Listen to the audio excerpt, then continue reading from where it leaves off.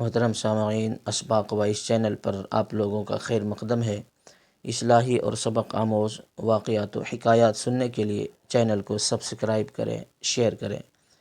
آج ایک دل کو جھنجھوڑ دینے والا واقعہ لے کر حاضر ہوا ہوں، سماعت فرمائیں۔ امام طبرانی رحمۃ اللہ علیہ نے اپنی کتاب میں ایک واقعہ لکھا ہے کہ حضرت صعصع ابن ناجیہ رضی اللہ عنہ در رسول پر کلمہ پڑھنے آئے۔ مسلمان ہونے کے بعد نبی کریم صلی اللہ علیہ وسلم کی بارگاہ میں عرض کرنے لگے، یا رسول اللہ، ایک بات پوچھنی ہے۔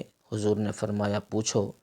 کہنے لگے، یا رسول اللہ، دور جاہلیت میں ہم نے جو نیکیاں کی ہے ان کا بھی اللہ ہمیں اجر عطا کرے گا؟ کیا اس کا بھی اجر ملے گا؟ تو نبی کریم صلی اللہ علیہ وسلم نے فرمایا، تو بتا تو نے کیا نیکی کیا؟ تو کہنے لگے، یا رسول اللہ، میرے 2 اونٹ گم ہو گئے۔ میں اپنے تیسرے اونٹ پر بیٹھ کر 2 اونٹوں کو ڈھونڈنے نکلا۔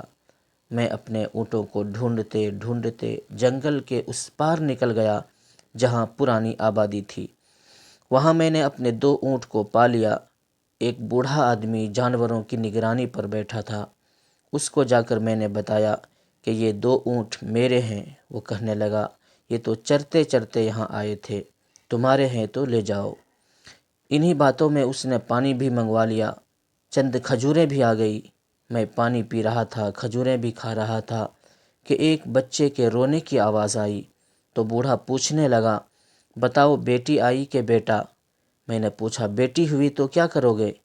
کہنے لگا، اگر بیٹا ہوا تو قبیلے کی شان بڑھائے گا، اگر بیٹی ہوئی تو ابھی یہاں اسے زندہ دفن کرا دوں گا، اس لیے کہ میں اپنی گردن اپنے داماد کے سامنے جھکا نہیں سکتا۔ میں بیٹی کی پیدائش پر آنے والی مصیبت برداشت نہیں کر سکتا، میں ابھی دفن کرا دوں گا۔ حضرت صعصع ابن ناجیہ رضی اللہ عنہ فرمانے لگے، یا رسول اللہ، یہ بات سن کر میرا دل نرم ہو گیا۔ میں نے اسے کہا، پھر پتہ کرو بیٹی ہے کہ بیٹا ہے۔ اس نے معلوم کیا تو پتہ چلا کہ بیٹی آئی ہے۔ میں نے کہا، کیا واقعی تو دفن کر دے گا؟ کہنے لگا کہ ہاں۔ میں نے کہا، دفن نہ کر، مجھے دے دے، میں لے جاتا ہوں۔ یا رسول اللہ، وہ مجھے کہنے لگا، اگر میں بچی کو تم کو دے دوں تو تم کیا دو گے؟ میں نے کہا، تم میرے 2 اونٹ رکھ لو، بچی دے دو۔ کہنے لگا، نہیں، 2 نہیں، یہ جس اونٹ پر تو بیٹھ کے آیا ہے یہ بھی لے لیں گے۔ حضرت صعصع ابن ناجیہ عرض کرنے لگے، ایک آدمی میرے ساتھ گھر بھیجو، یہ مجھے گھر چھوڑ کر آئے، میں یہ اونٹ اسے واپس دے دیتا ہوں۔ یا رسول اللہ، میں نے 3 اونٹ دے کر ایک بچی لے لیا۔ اس بچی کو لا کے میں نے اپنی کنیز کو دیا، نوکرانی اسے دودھ پلاتی۔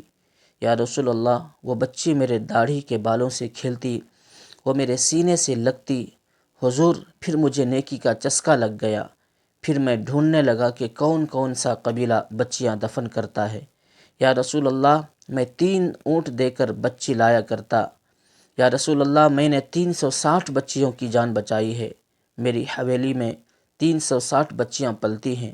حضور مجھے بتائیں، میرا مالک مجھے اس کا اجر دے گا؟ کہتے ہیں حضور کا رنگ بدل گیا، داڑھی مبارک پر آنسو گرنے لگے، مجھے سینے سے لگایا، میرا ماتھا چوم کے فرمانے لگے، یہ تو تجھے اجر ہی ملا، رب نے تجھے دولت ایمان عطا کر دی ہے۔ نبی کریم صلی اللہ علیہ وسلم فرمانے لگے، یہ تیرا دنیا کا اجر ہے اور تیرے رسول کا وعدہ ہے، قیامت کے دن رب کریم تمہیں خزانے کھول کے دے گا۔ موجودہ دور میں پھر سے زمانے جاہلیت کی فکر لوٹ آئی ہے۔ لوگ گرچہ اس دور میں عموماً زندہ دفن تو نہیں کرتے، لیکن اسے ناپسند کرنا اور بوجھ سمجھنا عام سا ہو گیا ہے۔ کسی کے یہاں بیٹی ہو تو اس کا حال و خیال دیکھیے، اور بیٹا ہو تو ناز و انداز دیکھیے، کیسا جدا جدا اور الگ الگ دکھائی دیتا ہے۔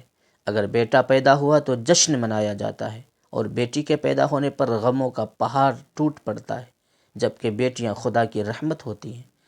تو پھر خدا کی رحمت سے انکار اور نفرت کیوں؟ آج کے دور میں بیٹوں سے زیادہ بیٹیاں وفادار اور فرمانبردار ہوا کرتی ہیں۔